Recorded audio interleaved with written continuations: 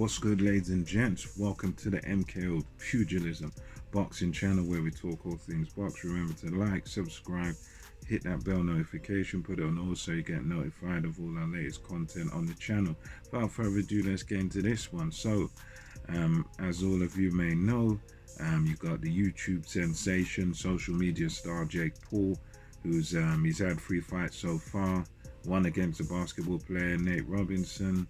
One against a wrestler, UFC fighter Ben Askren, and also against the UFC welterweight champion, former Tyron Woodley. So there's been a lot of talk about this guy, Jake Paul. He's done excellent marketing. Many people have wondered, well, what happens when he actually faces a boxer? You know, many people have noted with him that his matchmaking's been very carefully done. You know, he's fought certain people who he can definitely beat. Some of, you know, there's speculation he had no knockout clauses in his contracts, which is, you know, I don't know whether that's true or not. But anyway, so all the talking now has led up to this, and it's Tommy Fury versus Jake Paul, or Jake Paul versus Tommy Fury. This will take place on December the 18th. It's going to be taking place in America, and I believe on the West Coast somewhere. And there's a few little bets on the line. I think there's 500k bet between the two of them, that, you know, if Tommy Fury wins, Jake Paul gives him 500k. And then there's another bet, which is that if Tommy Fury loses, that he has to legally change his name to Tommy Fumbles. So few little immature things there at stake, and I think this bout should be quite interesting because both of these guys, admittedly, yeah, Tommy Fury's had a bit more boxing experience, but at the same time, Tommy Fury is still very much a novice because he didn't really have an amateur career as such to speak of. He's not like his brother Tyson, who boxed internationally as an amateur. You know, he boxed in the national championships, the ABAs, and Tyson Fury certainly had a lot of experience. Yeah, Tommy, he didn't really have much experience at all. I think, from what I recall, I'm sure he kind of had more than.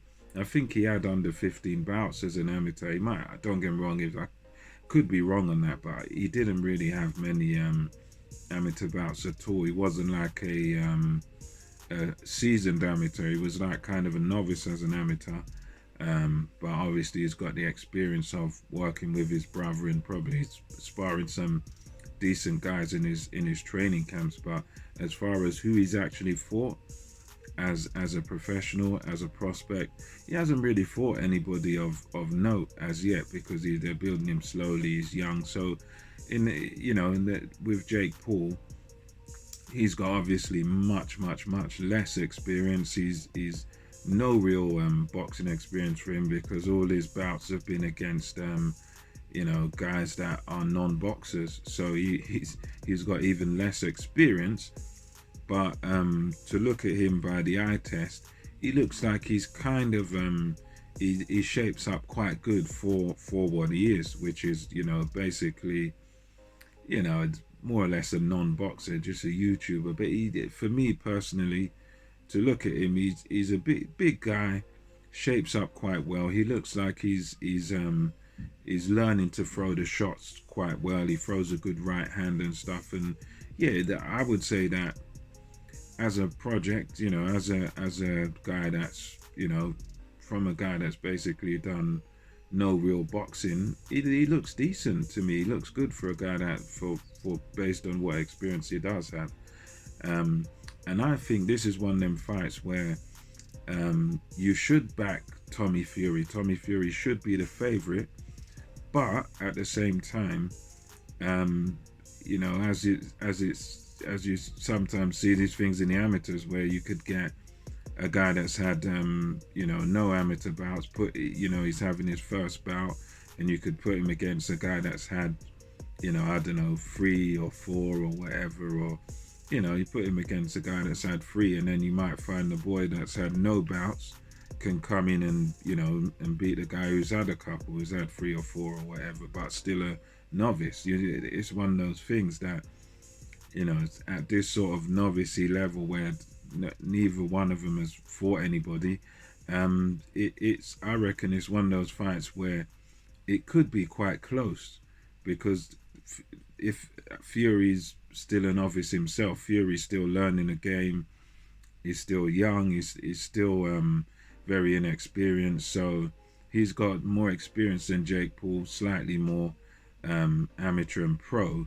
But again, because he's a novice, because it will be a big occasion, you've got to still say that, well, Jake Paul, as much as of a non-boxer as he is, he still has a chance here. He still has a quite a decent chance of doing something here against Tommy Fury. I think this is one of them fights where you could argue that it's kind of a 50-50 fight, really. I think at most I would call it 55-45 in Tommy Fury's favor, because he's the boxer, he's the guy with a bit more experience. But you know, I wouldn't be mad at someone saying this is 50-50, because, you know, both guys very inexperienced. So I think it will be interesting.